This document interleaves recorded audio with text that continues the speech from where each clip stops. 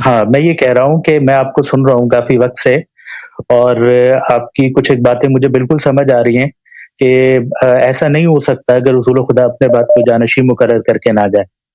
یہ بات بالکل سمجھ آتی ہے۔ یہ بھی سمجھ جی آتی ہے کہ جو قرآن مجید کو جس طریقے سے اکٹھا کرنے کے لیے ہمیں جس طریقے سے پڑھایا گیا ہے کہ ابو بکر نے ایسے کیا، عمر نے ایسے کیا، پھر ابھی جو قرآن رائج ہے وہ عثمان کے دور میں فائنلائز ہوا۔ ہوں تو ایسا بھی نہیں ہو سکتا کہ رسول خدا اپنے دور میں کوئی کتابی شکل دے کے نہ جاتے، یہاں تک تو بات سمجھ آتی ہے۔ مگر اس کے برعکس اگر ہم یہ کہتے ہیں کہ جناب یہ جو سنی عقیدہ ہمیں یہ سب باتیں بتا رہا ہے، اس سے ریلیونس میں اگر ہم شیعزم کو دیکھتے ہیں تو وہ بھی تو ہمیں یہی کہہ رہا ہے نا کہ بعد از نبی صلی اللہ علیہ وآلہ وسلم جو جانشین مقرر کیے گئے، وہ 25-26 سال تک خاموشی سے ان باطل اور ظالم حکمرانوں کے آگے بالکل خاموش رہے۔ انہوں نے اس قسم کی کوئی بغاوت نہیں کی، کسی قسم کا کوئی ریوولٹ نہیں کیا اس طرح کا، جو کہ ایک خلیفہ کی ایک ذمہ داری ہے نا کہ وہ اس طریقے سے اپنی جو قوم ہے اس کو اس طریقے سے لیڈ کرے گا اور کسی نہ کسی طریقے سے بغاوت کا کچھ نہ کچھ تو کرے گا۔ وہ بھی نہیں ہمیں نظر آتا۔ پھر آپ قرآن مجید کی بات کرتے ہیں کہ ٹھیک ہے مان لیا جی تحریف ہوئی ہے قرآن مجید میں، جیسے میں نے آپ کے پورے پورے مناظرے سنے اس کے اوپر نا، تو اس تحریف کے باوجود شیعزم مجھے یہ سلوشن تو نہیں دے رہا نا کہ مجھے قرآن دے دے مکمل، نہ شیعزم مجھے یہ سلوشن دے رہا ہے تو کہ ابھی مجھے مان لیتے ہیں دور آپ، ابھی جو حاضر میں ایک موجود امام سے کنیکٹ کر دے۔ دیکھیں میرے بھائی، ابھی پہلی بات یہ ہے کہ انہوں نے ریوولٹ کیوں نہیں کیا، یہ ایک سوال ہے۔ دوسرا سوال یہ ہے کہ جو قرآن مجید جو ہے وہ اگر یہ قرآن ناقص ہے تو پورا قرآن کہاں ہے، یہ دوسرا سوال ہے، یہ ایک سوال نہیں جی ہے۔ پہلے سوال کے جواب پہلے جی لے جی لیں آپ۔ یہ بات بالکل غلط ہے کہ اہل بیت جی علیہ السلام خاموش رہے، تو امیر المؤمنین علیہ الصلوۃ والسلام خاموش نہیں رہے۔ ہمارے کتب میں حضرت زہرا سلام اللہ علیہ کا خطبہ ہے کہ کس طرح انہوں نے جی ابو بکر عمر کی اور خلفاء کی تکفیر فرمائی ہے اپنے خطبے میں، اور فرمایا کہ آپ جی اور سب صحابہ کی انہوں نے شدید ترین الفاظ میں مذمت، اور یہ صرف شیعہ نے روایت نہیں کی ہے۔ ابن تیفور بغدادی نے اپنے کتاب بلاغات النساء میں ایک سند کے ساتھ نہیں 3-4 اسانید کے ساتھ اس نے نقل کیا ہے کہ حضرت فاطمہ الزہرا سلام اللہ علیہ نے بہت ہی واضح الفاظ میں کس طرح سے انہوں نے مذمت کیا، اور ان کو امیر المؤمنین علیہ السلام کے فضائل وہاں پہ گنتی رہے، اور انہوں نے فدق کا بہت کم ذکر کیا اس خطبے میں۔ انہوں نے اصل وہ خطبہ ہے کس مسئلے پر، غصب امامت پر ہے وہ خطبہ، کہ اور صحابہ کی شدید ترین مذمت کہ آپ اسلام سے پہلے کیا تھے، آپ نجس جانور کھاتے تھے، آپ نے محارم سے زنا کرتے تھے، آپ کو کسی اقدار کا پتہ نہیں تھا، میرے بابا یہاں پہ آئے آپ کو جہالت سے تاریکیوں سے نکالا ہے، اور اب جو ہے آپ لوگوں نے میرے بابا جتنے جنگوں میں شریک ہوئے آپ لوگوں نے اس کی مدد نہیں کی، آپ لوگ جنگوں میں بھاگتے تھے، اور میرے شوہر جو تھے وہی تھے صرف جو رسول پاک صلی اللہ علیہ وسلم کو فتح دلاتے تھے، اور پھر رسول پاک صلی اللہ علیہ وسلم نے ان کو اپنے بعد امام بنایا ہے، اور ہماری امامت کی اطاعت آپ پہ واجب ہے، اور آپ لوگوں نے امامت پہ غضب کیا۔ ان کا خطبہ ہے۔ امیر المؤمنین علیہ الصلوۃ والسلام کے کئی خطبے ہیں اپنے، امیر المؤمنین علیہ الصلوۃ صحیح والسلام کے مختلف استدلالات ہیں، اور صرف وہ نہیں، دوسرے صحابہ بھی ہیں، 10-12 صحابہ ہیں جنہوں نے ابو بکر کے خلافت کے دوسرے دن مسجد نبی صلی اللہ علیہ وسلم میں کھڑے ہو کے انہوں نے خطبے دیے اور فرمایا کہ آپ لوگ جو کر رہے ہیں یہ بدعت ہے، ہم نے رسول پاک صلی اللہ علیہ وسلم سے اور وعدہ کیا تھا کہ ہم ان کی اطاعت کریں گے۔ اور پھر امیر المؤمنین علیہ الصلوۃ والسلام سب انصار کے گھروں میں گئے، مہاجرین کے گھروں میں گئے، حضرت فاطمہ زہرا سلام اللہ علیہ کو ساتھ لے کر، اور امام حسن امام حسین علیہ الصلوۃ والسلام کو اپنے ساتھ لے کر مختلف رات کو جاتے تھے ان کے گھروں میں، کو یاد دلاتے تھے کہ اچھا حسن بھائی، میں اگر اس بات میں سنو تھوڑا سا ایڈ کروں سر، جی میں یہ جو آپ تاریخی واقعات بتا رہے ہیں، یہ بھلے آپ خلافت و ملوکیت ہو، الامامت والسیاست ہو، تاریخ تبری ہو، یہ سب پہ پڑ چکا ہے۔ میں اگر شیعزم کی طرف آنا چاہ رہا ہوں نا، تو میں کوئی وہ اس مولوی کی طرح کا مولوی نہیں ہوں جیسا ابھی آپ نے آن لائن کال پہ آپ کے ساتھ تھا۔ میں تحقیق کر کے بڑی جس کو کہتے ہیں نا چیزوں کو پڑھ کر میں اس طرف راغب ہوا ہوں، اور میں اس میں داخل ہونے کی کوشش کر رہا ہوں۔ مگر وہ چیز جو میرے لیے ایک سوالیہ نشان بن گئی ہے وہ یہ ہے کہ جو مسائل سنی ازم کے اندر ہیں کہ ٹھیک ہے جی قرآن اپنی اصلی حالت میں محفوظ نہیں ہے، او بھائی قرآن کو اور چھوڑ دو، یہ پہلا خلافت کے قرآن کو امامت کے چھوڑ دو، مسائل ہیں، قرآن وہی کو حسن بھائی قرآن وہی مسائل شیعزم کے اندر بھی تو مجھے نظر آ رہے ہیں نا۔ نہیں ہے۔ یا تو حسن بھائی آپ مجھے بول دو کہ تم سنی ازم چھوڑو، تم آج او میرا بھائی کلمہ آپ پڑھ نے، لو، یہ قرآن ہے، یہ او تحریف بھائی پہ بغیر قرآن ہے، اس کو مان لو، میں مان لوں کیا گا۔ آپ کا آپ نام مجھے کیا ہے؟ بول دو وہ خلیفہ او آپ کا کیا نام ہے راہی، بھائی؟ راہیل بھائی راہیل آپ نے دیکھیں بھائی ہر سوال کا اس سوال کی روح سے اس کا جواب ہوتا ہے, ٹھیک ہے نا. اب آپ یہ نہیں کہہ سکتے کہ میرے اس سوال کا جواب نہ دو, مجھے قرآن کا جواب دے دو. ایک سوال جو کیا اس کا جواب سن لو. آپ نے بالکل صحیح بات ہے, آپ نے سب, اب بات سنو, آپ نے سب کو پتا ہے, سب نے سنا. آپ یہاں پہ تشریف لائے, آپ نے پہلا جو سوال کیا ہے کہ جن لوگوں کو آپ خلیفہ مانتے ہو 20-25 سال تک تو وہ خاموش رہے, انہوں نے ریوولٹ نہیں کیا. تو میں اس کا جواب دے رہا ہوں, اس کا جواب سن لو. اب آپ کہتے ہیں کہ مجھے سب پتا ہے. اگر یہ سب پتا ہے تو آپ نے غلط سوال کیا. کیوں یہ سوال کیا؟ اگر یہ سب نہیں آپ مجھ سے خاموش رہو. ہاں, اگر یہ سب پتا ہے تو پھر یہ آپ کا سوال ہی غلط ہے. اگر ایک شخص کو پتا ہے کہ امیر المومنین علیہ السلام نے یہ اقدامات کیے ہیں, مثلا ایک شخص کو پتہ ہی نہیں ہے کہ مثلا اسلام میں کوئی چیز حج کیا چیز ہے, پھر وہ آ کے اعتراض کرے ہمیں کہ اسلام میں حج کیوں نہیں ہے. وہی وہ تم اگر پھر بعد میں کہتے کہ مجھے پتہ ہے کہ حج ہے, تو پھر پوچھا کیوں کہ حج کیوں اسلام میں حج نہیں ہے. تو سوال یہ میں ان اقدامات کی بات نہیں کر رہا. بات سنو, ٹائم ضائع نہ کرو, ٹائم ضائع نہ کرو. جی تو یہ کہنا کہ امیر المومنین اعظم خاموش تھے بالکل غلط ہے. امیر المومنین علیہ الصلوۃ والسلام سب انصار کے گھروں میں گئے, مہاجرین کے گھروں میں گئے, ان کو یاد دلایا کہ بھائی تو آپ لوگوں رسول پاک صلی اللہ علیہ وسلم کی وصیت کیوں بھول گئے, میں آپ کا امام ہوں. تو انہوں نے گھروں میں جاتے تھے تو وہ مدد کا وعدہ دیتے تھے. اور جب سب نے مدد کا وعدہ دے دیا کہ ہم آپ کی نصرت کریں گے, آپ کے سپاہی بنیں گے, آپ قدم اٹھائیں, آگے بڑھیں, تو ان کو فرمایا کہ اگلے دن آ جاؤ, اپنا سر برہنہ کر کے اپنے سلاح کے ساتھ فلان محلے میں آ جاؤ, وہاں سے ہم جائیں گے ابو بکر عمر کو, ان کو جو ہے ان کی حکومت کا تختہ الٹ دیں گے. اگلے دن جب آئے تو کوئی نہیں تھا وہاں پہ, صرف 4 آدمی تھے. تو امیر المومنین علیہ السلام نے کہا کہ اب جو ہے اس حالت میں جب کوئی میرے انصار نہیں ہے اور سب عرب جو ہیں ابو بکر عمر کے ساتھ ہیں, ان کے خلاف لڑنا خودکشی کرنے کے مترادف ہے. یہی 3-4 آدمی جو میرے پاس ہیں تو قتل ہو جائیں گے, میرے اہل خانہ بھی شہید ہو جائیں گے اور میں بھی شہید ہو جاؤں گا, اور پھر اسلام کی کوئی چیز بچے گا ہی نہیں. نبی کریم صلی اللہ علیہ وسلم کے سارے تعلیمات باطل ہو جائیں گے. تو یہ کہنا کہ انہوں نے تلوار کی نہیں اٹھایا, آپ کو خود پتہ ہے پوری تاریخ میں جہاں بھی ابھی پاکستان کی حکومت ہے, او بھائی سن لو, جی ہندوستان کی حکومت ہے, چائنا کی حکومت ہے, رشیا کی حکومت ہے, یہاں بہت سارے لوگ ہیں کہ اپنی حکومت کو ناجائز مانتے ہیں. کم نہیں ہے ان ملکوں میں, ایران کی ہے یا عراق کی ہے, امریکہ, بہت سارے لوگ ہیں اپنے حکومت کو ناجائز, لیکن وہ تلوار نہیں اٹھاتے, فوجی کارروائی نہیں کرتے. کیوں نہیں کرتے؟ اس کا مطلب یہ ہے کہ وہ اپنی حکومت کو جائز مانتے ہیں؟ نہیں, وہ اپنی حکومت کو ظالم مانتے ہیں, ناجائز مانتے ہیں, خائن مانتے ہیں, چور مانتے ہیں. دنیا کی ہر حکومت میں جائیں یہی ہوتا ہے. لیکن ان میں سے کتنے لوگ ہیں جو وہاں پہ بغاوت کریں گے, تلوار اٹھائیں گے؟ وہ بہت ہی کم, نادر شاذ ہوتا ہے. کس لیے نہیں کرتے؟ کیونکہ ان کو پتہ ہے کہ ہم کچل جائیں گے, اس کام کا فائدہ نہیں ہے. اس کا ایک ایسا کام کریں جو خودکشی کے مترادف ہو. 20 آدمی کے ساتھ مثلا کوئی پاکستان فوج کے خلاف بغاوت کرے کہ تم نے عمران خان کا حق ضائع کیا, آپ ناجائز کام کر رہے ہو, وہ کیا ہوگا اس کے ساتھ؟ وہ یہی ہوگا کہ وہ خود وہ 20-25 آدمی وہ سب جیل میں چلے جائیں گے ہمیشہ کے لیے, ان کے اہل خانہ بھی جیل میں چلے جائیں گے. تو اس لیے نہیں کرتے لوگ. اسی طرح دنیا کے مختلف ملکوں میں یہ جو جماعت عمریہ کی یہ جو بات ہے کہ امیر المومنین علیہ السلام نے کیوں تلوار نہیں اٹھایا, تم دنیا میں دیکھو کیا ہر جگہ یہی ہوتا ہے کہ کوئی کسی حکومت کو صحیح نہیں مانتا تو اس کے خلاف تلوار اٹھاتا ہے, سلاح اٹھاتا ہے؟ نہیں, اس طرح ہی ہے, اس طرح نہیں ہے. حضرت موسیٰ علیہ السلام سے زیادہ بہادر کون ہے؟ وہ نبی ہے, نبی ہے, ٹھیک ہے نا. اور اس فرعون سے ظالم زیادہ کون ظالم ہے؟ کوئی ظالم نہیں دنیا میں فرعون سے زیادہ, ٹھیک ہے نا.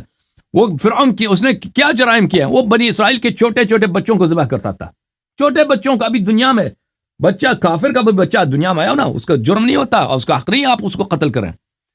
بچہ ابھی دنیا میں آیا, 1 دن کا بچہ, اس کو ذبح کرتا تھا وہ ملعون. وہ خود خدائی کا. موسیٰ علیہ السلام نے تلوار اٹھایا؟ نہیں اٹھایا. موسیٰ علیہ السلام یہی بیچارے ہمیشہ خواہش کرتے تھے کہ بنی اسرائیل کو یہاں سے جانے دو, بنی اسرائیل کو جانے دو. کیوں نہیں تلوار اٹھایا؟ ان میں بہادری نہیں ہے کیا؟ موسیٰ ان کا فرعون جو ہے برحق ہے, فرعون جو ہے وہ واقعاً اس کا دین صحیح, وہ اللہ ہے, رب ہے. نہیں, جب طاقت نہیں آپ کے ہاتھ میں, لوگ آپ کے ساتھ نہیں دے رہے, سامنے والے جو ہیں وہ اس کے لاکھوں کے سپاہی ہیں, آپ کے پاس 25 آدمی ہیں. وہ بھائی اس طرح جہاد کرنا اس طرح حرام ہوتا ہے. وہ نہ صرف واجب نہیں ہوتا بلکہ حرام ہوتا ہے اس طرح. اگر آپ ایسا کام کریں کہ اس سے دین ہی تباہ ہو جائے. موسیٰ علیہ السلام اگر اس وقت فرعون کے خلاف جہاد کرتے کہ میں آ کے میں نہیں مانتا بھائی, میں کیسے یہ اللہ کو فرعون نہیں مانتا, خود اس نے ربوبیت کا ادعا کیا, میں اس کے خلاف جہاد کرتا ہوں, تو کیا ہوتا؟ وہ بڑی تباہ ہو جاتا ہے موسیٰ علیہ السلام. وہ خود بھی شہید ہوتے ہیں, اس کے تو 4-5-10 آدمی اس کے ساتھ وہ سب شہید ہو جاتے, ٹھیک ہے نا. تو پہلی بات یہ ہے تو پہلی بات ہے کہ اگر آپ نے تحقیق کی ہے تو یہ سوال کبھی نہ کریں کہ امیر المومنین علیہ السلام کیوں نہیں اٹھے. دنیا میں بہت سارے ظالم حکومتیں ہیں, ان کے خلاف کوئی تلوار نہیں اٹھاتا, کوئی تلوار. اس کی وجہ بھی واضح ہے. وجہ واضح, ایک چیز جو شمس کی طرح, سورج کی طرف بدیہی ہے, اس کے متعلق سوال ہے. اب دوسرا سوال ہے قرآن مجید کی طرف. اور بھائی اگر ابھی فی الحال شیعوں کے اہل بیت علیہم الصلوۃ والسلام دیکھیں, آپ نے خود مان لیا ہے کہ قرآن کے جو جمع کرنے کی کہانی ہے اس میں گڑبڑ ہے. صحابہ نے شہادت دی ہے کہ قرآن میں نقصان موجود ہے, ٹھیک ہے نا. تو اہل بیت علیہم الصلوۃ والسلام, لازمی بات ہے کہ اللہ نے جو دین نازل کیا ہے, اگر اسی لیے نازل کیا کہ یہ دین جو ہے اس میں نقصان ہو جائے, اس کے تعلیمات ضائع ہو جائیں, تو اس طرح بچ جائے کہ بھئی ابھی حق باطل کا پتہ ہی نہیں چلے, تو اس دین کو نازل کرنے کا فائدہ ہی نہیں ہے, ٹھیک ہے نا. اگر یہ دین اللہ کی جانب سے ہے اور اس کے دین کے بعد کوئی دوسرا دین بھی نہیں آئے گا قیامت تک, 10,000 20,000 50,000 100 1,00,000 سال 1,000,000 سال جتنا بھی ہے, دین نہیں آئے گا, تو اللہ تعالیٰ نے اس کی حفاظت کا بھی اہتمام کیا ہوا ہے, ٹھیک ہے نا. اس کا حافظ کون ہے؟ آپ اس دین میں صرف قرآن نہیں ہے, سنت بھی ہے, شرائع بھی ہے, جتنی شریعت کے احکام ہیں, قرآن مجید کی تفسیر ہے, وہ سب اس میں آ جاتا ہے, صرف قرآن نہیں ہے. اس کا حافظ کا کوئی اور فارمولا ہو ہی نہیں سکتا سوائے اس کے کہ نبی صلی اللہ علیہ وسلم کے بعد ایسے افراد موجود ہوں, جس طرح نبی صلی اللہ علیہ وسلم کے سینے میں پورا قرآن موجود ہے, پوری شریعت موجود ہے, اسی طرح وہ اس علم کے حافظ ہوں. اگر آپ اس کو مانتے ہیں تو اہل بیت علیہم الصلوۃ والسلام اگر ان باتوں کو ظاہر کر دیتے کہ بھئی یہ فلان سورے میں یہ آیت ہے, اس میں ابوبکر کی کفر ہے, تو آپ کیا سمجھتے ہیں کہ وہ لوگ مان لیتے ہیں؟ مسلمان جو عام معاشرہ تھا وہ مان لیتے. آج ابھی بھائی میں نے اپنے پروگرام دیکھا, مولوی صاحب آئے تھے, میں نے قرآن کی آیت دکھائی کہ یہ آیت, اس میں اللہ تعالیٰ نے بعض افراد کو سفیہ بولا ہے, جاہل گمراہ بولا ہے, صحیح. اور پھر میں نے دکھا دیا کہ یہ وہ افراد کون تھے, وہ بخاری نسائی صحیح ترین احادیث سے میں نے ثابت کر دیا. وہ نہیں مان رہا تھا, مان رہا نہیں مانا, وہ کہتا میں نہیں مانتا, حالانکہ وہ خود بھی کہتا ہے جو قرآن کو نہ مانے کافر ہوتا ہے, اس کے باوجود وہ اس کو نہیں مان رہا. قرآن مجید ابھی واضح طور پہ ہماری مناظرہ ہوا, آپ نے دیکھا ہوگا کہ قرآن مجید کا واضح حکم ہے کہ وضو میں پیروں کو مسح کیا کرو. یہ آیت سب کے سامنے موجود ہے, آیت سب کے سامنے, قرآن کا واضح فرمانے کا تو مانتا ہے, کوئی نہیں مانتا. قرآن مجید کا واضح آیا ہے فَمَا اسْتَمْتَعْتُمْ بِهِ مِنْهُنَّ فَآتُوهُنَّ أُجُورَهُنَّ فَرِيضَةً, کسی عورت کے ساتھ اگر متعا کرو تو اس کا اجرت ہو, یہ قرآن کی واضح آیت ہے. اگر عورت کے ساتھ تم متعا کرو تو تم اس کو اجرت ادا کرو. تو مسلمان مانتے ہیں؟ ابھی مجھے بتاؤ, یہ طاہر قادری کیا آیت, اس آیت کو نہیں پڑھا, اس نے پڑھا بھی ہے, ترجمہ بھی کیا ہے, مودودی وغیرہ وغیرہ مفسرین سب نے قرآن پڑھا ہے, قرآن ترجمہ بھی کیا, اور سب نے دیکھا بھی ہے کہ یہاں پہ لفظ بھی متعا ہے, اور اس کے ذیل میں روایات بہت زیادہ ہیں صحابہ سے کہ یہاں سے لفظ متعا سے مراد متعۃ النکاح ہے, متعۃ النکاح ہے. فَمَا اسْتَمْتَعْتُمْ بِهِ مِنْهُنَّ فَآتُوهُنَّ أُجُورَهُنَّ فَرِيضَةً, کہ اگر کسی عورت کے ساتھ تم متعا کرو تو اس کا اجرت اس کو دیا کرو. نکاح جو اجل کے ساتھ ہوتا ہے, نکاح موقت ہوتا ہے, ٹائم لمیٹڈ ہوتا ہے, تو اس کو نہیں مانتے. تو میرے ماں بھائی اگر دیکھیں, اگر کسی چیز کو ظاہر کرنے کا فائدہ نہیں ہے تو اہل بیت علیہم الصلوۃ والسلام کو اس کو ایک دوسرے دن کے لیے رکھا ہوا ہے, ٹھیک ہے نا, ایک ایسے وقت کے لیے رکھا ہوا ہے کہ کوئی اگر اس کا مقابلہ کرے, اس کا اختلاف کرے, تو اس کا گردن اس حالت میں ہو کہ پھر اس کا سر گردن سے قلم ہو جائے, اس وقت کے لیے رکھا ہوا ہے, تو اس کی حکمت سمجھ آ جاتی ہے. حسن جی حسن اور اس طرح نہیں ہے کہ اس قرآن مجید میں اہل بیت علیہ السلام کے امامت کے دلائل نہیں ہیں, یا مخالف اہل بیت علیہ السلام جو ہیں ان کے مناکیر اس قرآن میں نہیں ہے. دونوں کے واضح دلائل بہت زیادہ ہیں. اہل بیت علیہ السلام کی عصمت اور امامت اور غاصبین امامت کے قبائح قرآن مجید کے آیات میں بہت ہیں. جی سر. جی حسن بھائی, میں کھل کے آپ کو ایک بات بتاؤں. میں بینگ بورن ایز اے سنی, اور میری ایج ابھی اراؤنڈ 32 ہے, اور میں پچھلے 10-15 سال سے یہی چیزیں پڑھ رہا ہوں اور یہ سب کچھ دیکھ رہا ہوں. تو میں دل سے اگر آپ کو ایک بات کہوں نا, تو میں سنی ازم سے ویسے ہی بیزار ہوں, ٹھیک ہے. اس کی بیزار ہونے کی وجہ کیا ہے؟ ایک تو عدالت صحابہ والا جو عقیدہ ہے, اور پھر یہ بات کہ رسول خدا اپنے بات کسی کو مقرر کر کے نہیں گئے, اور جو لوگ آپس میں مشورہ کر کے کسی بھی ظالم کو, کسی بھی شخص کو جو ہے وہ منصب پر بٹھا دیں, تو اب وہ امام ہے تو اس کی اطاعت لازمی کرو. تو یہ وہ چیزیں ہیں کہ جنہوں نے میرے اندر ایک سینس ڈیولپ کی کہ جی مجھے جو ہے نا تھوڑا سا حقیقت کو تلاش کرنے کی کوشش کرنی چاہیے. پھر جو کیا کہتے ہیں, جو مغشیت کا مقدمہ جو کتاب ہے, وہ اس سے بھی میں نے بہت ساری چیزیں سیکھی پڑھی اور وہ مجھے بہت زیادہ چیزیں سمجھ آنے لگی.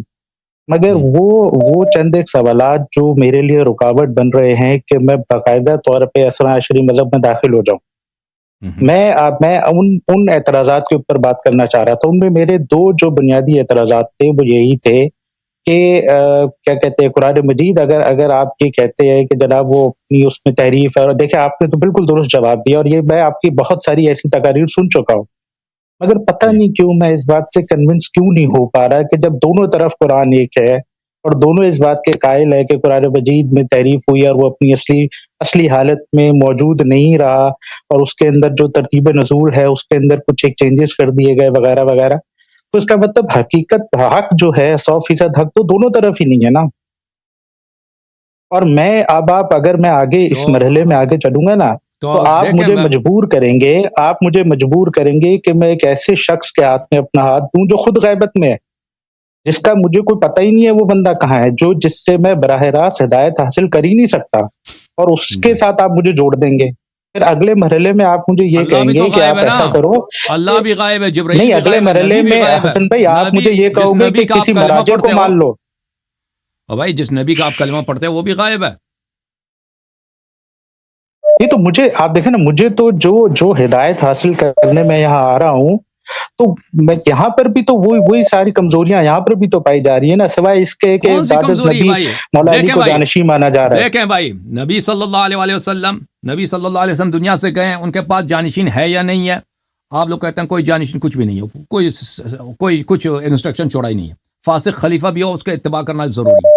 یہ ہمارے ہاں نہیں ہے، ٹھیک ہے نا، ہمارے ہاں نہیں ہے. نبی کریم صلی اللہ علیہ وسلم کے پاس جو علم تھا، ہدایت تھا، شریعت تھا، اور قرآن مجید کی تفسیر تھی، قرآن مجید کے آیات تھے، ترتیب نزول وغیرہ وغیرہ وغیرہ. یس نبی کریم صلی اللہ علیہ وسلم چلے گئے اور نہ انہوں نے کہی ہوئی وصیت کیا کہ میرے بعد جمع کرو، اور نہ انہوں نے خود جمع کیا، نہ کسی کی ڈیوٹی لگا دی، ایسے چلے گئے بس ختم بات. یہ ہمارے ہاں تو نہیں ہے. ہمارے ہاں یہ ہے کہ امیر المؤمنین علیہ الصلوۃ والسلام جو بھی رسول پاک صلی اللہ علیہ وسلم کے پاس علم تھا وہ سب محفوظ ہے ان کے بعد، اور ائمہ طاہرین علیہ السلام کے بعد محفوظ ہے. اور امیر المؤمنین علیہ السلام نے قرآن اسی طرح جمع فرمایا جس طرح رسول پاک صلی اللہ علیہ وسلم کا حکم تھا. تو آپ جو کہتے ہیں نا جو باتیں مخالفین کے مذہب میں اور شیعہ مذہب میں بھی وہی باتیں ہیں، وہ بالکل نہیں ہیں. ہاں غیبت والی بات ہے، غیبت کی بات بالکل آپ صحیح فرما رہے ہیں کہ امام زمانہ عجل اللہ تعالی فرجہ شریف انظار سے غائب ہے. اگر ایسا شخص دنیا میں نہیں ہے، دیکھیں، اگر ایسا شخص دنیا میں نہیں ہے کہ جس کے پاس رسول پاک صلی اللہ علیہ وسلم کے پاس اللہ نے جو علم بھیجا تھا نا، اس میں تو کوئی شک نہیں تھا. ہمارے علوم میں جو شک ہوتا ہے نا اور جہل ہوتا ہے، بہت ساری چیزیں ہمیں نہیں معلوم، دین کے متعلق، سنت کے متعلق، اللہ کی حکم کیا ہے اس مسئلے پہ نہیں معلوم، قرآن کی تفسیر کیا ہے، ظاہر آیا موجود ہے، باطن میں اس کی حقیقت کیا ہے ہمیں نہیں معلوم، احادیث ہم تک نہیں پہنچی ہے، اور قرآن کی ترتیب نزول اگر یہ کسی کے پاس نہیں ہے تو یہ دین ہی باطل ہے. صحیح، کیونکہ اللہ نے ایک کامل دین بھیجا، اور نبی صلی اللہ علیہ وسلم کے فوراً بعد اس میں نواقص آ گئے، اور اس دین میں ہر لحاظ میں، ہر چیز میں آپ دیکھیں، اس کی توحید میں دیکھیں، اس کی نبی صلی اللہ علیہ وسلم کی سیرت میں دیکھیں، اس کے سنن و احکام میں دیکھیں، ہر جگہ آپ کو بہت بڑے نامعلوم داغات نظر آتے ہیں. کہ اس سے زیادہ ہمارے پاس حدیث نہیں ہے، اس سے زیادہ ہمارے پاس نصوص نہیں ہے. اس حد تک ہمارے پاس نصوص ہیں وہ مشکوک ہیں کہ وہ واقعاً قول نبی صلی اللہ علیہ وسلم ہے یا نہیں ہے. تو یہ دین باطل ہے، کیونکہ ایک ایسا اللہ تعالیٰ نے ایک ایسا پروگرام بھیجا، ایک ایسا دین بھیجا، ایک ایسا زندگی کا ایک ایسا انسٹرکشن بھیجا جو قیامت تک ہے. پھر اس کو دوسرا نہیں آئے گا کوئی، اور وہی اللہ کو پتا تھا کہ یہ سب چینج ہو جائے گا. اس کی حفاظت کا اس نے کوئی ذمہ داری قبول نہیں کی، اور آج بھی اس کی کوئی ہے نہیں. تو اگر یہ نبی ہے برحق ہے اور اسلام برحق ہے، اس کے علاوہ ہو ہی نہیں سکتا کہ اس کا محافظ موجود ہو دنیا میں. اگر وہ سامنے نہیں ہے تو پھر وہ غیبت میں، جیسے ہمارے پاس احادیث بہت زیادہ ہے، بہت زیادہ. اور اس طرح غیبت امام علیہ السلام اس طرح نہیں ہے کہ وہ کسی کو نظر نہ آئے. وہ ان کا جو ہے، اگر کوئی شخص اللہ تعالیٰ سے دعا کرے کہ مجھے اپنا آخری حجت دکھا دو، اور واقعاً اس کے دل میں یہ خواہش ہو، وہ سنسیئر، اس طرح نہیں کہ میں مشہور ہو جاؤں کہ میں یہ دعا کروں کہ مجھے ملاقات ہو گئی امام مہدی علیہ السلام سے.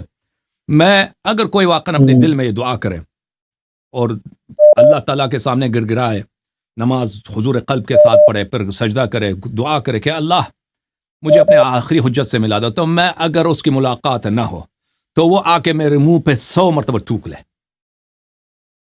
میرے منہ پہ 100 مرتبہ تھوک لے، میرے منہ پہ میں عرض کیا کر رہا ہوں، یہ ہو ہی نہیں سکتا۔ اگر کوئی شخص اس طرح دعا کرے، اگر واقعا اس کو ضرورت بھی ہے نا، اس طرح سے فضول میں دعا کرے تو کہ بھئی وہ مذاق اڑانے کے لیے، اس طرح نہیں، واقعا کوئی مخلص ہو، اس کو ضرورت ہے، وہ دعا کرے اللہ اللہ، یہ بالکل 100% ہے۔ میں اپنی زندگی میں بہت سارے لوگوں سے ملا ہوں جنہوں نے دعا کی ہے، ان کی ملاقات ہوئی ہے امام زمانہ علیہ الصلوۃ والسلام سے، ائمہ اطہار علیہ الصلوۃ والسلام سے، حضرت خضر علیہ السلام، اسی وقت اسی دنیا میں، میری عمر میں، میرے زمانے میں، اور یہ بہت ہوتی ہے، یہ بہت ہوتی ہے جی سر، اور اس کے لیے ضروری نہیں ہے کوئی بہت ہی نیک آدمی ہو۔ میں نا بہت بے چین ہوں قسم سے، اور میں مطلب جب میں نے یہ ساری چیزیں پہلی دفعہ پڑھی نا تو میری عمر شاید میں 15-16 سال کا تھا جب میں نے یہ سب تحقیق شروع کی اور وہ سب کچھ۔ تو آپ یقین کریں جب میں نماز پہ پڑھتا ہوں نا اہدنا الصراط المستقیم، ہر نماز میں، ہر رکعت میں، تو آپ یقین کریں میں بڑے دل سے اللہ سے کہتا ہوں کہ یا اللہ مجھے ہدایت دے دے۔ اور میں اپنی یہ جو پچھلے کچھ سالوں کی تحقیق ہے نا، اس پہ ابھی تک میں یہاں تک تو پہنچ چکا ہوں کہ میں بعد النبی صلی اللہ علیہ وآلہ وسلم حضرت علی کو امیر المومنین مانتا ہوں، اور میں باقی جو افراد ہیں ان سے برات کا اظہار کرتا ہوں۔ اور میں ابھی جیسے ابھی میں آپ سے بات کر رہا ہوں تو میری جو کیفیت ہے میں آپ کو نہیں سمجھا پا، ماشاءاللہ۔ تو میں بیسیکلی ایک ریسرچر ہوں، میں ایک سائنٹسٹ ہوں، میں یہاں کراچی میں ایک یونیورسٹی میں، پرائیویٹ یونیورسٹی میں پڑھاتا ہوں، ماشاءاللہ، اور ایک پی ایچ ڈی اسکالر بھی ہوں ساتھ میں۔ تو میں نے بہت ہی نیوٹرل ہو کے، اس کو کہتے ہیں نا، اس بات سے یہ چھوڑ کے کہ میں سنی ہوں یا میرا بیک گراؤنڈ کیا ہے، وہ چھوڑ کے بالکل نیوٹرل ہو کے ریسرچ کیا ہے۔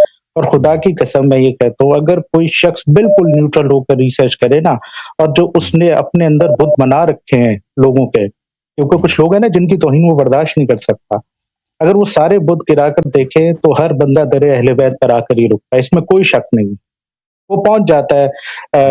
علم کا جو شہر ہے نا، اس کا دروازہ مولا علی ہے، وہ وہاں تک پہنچتا ہے۔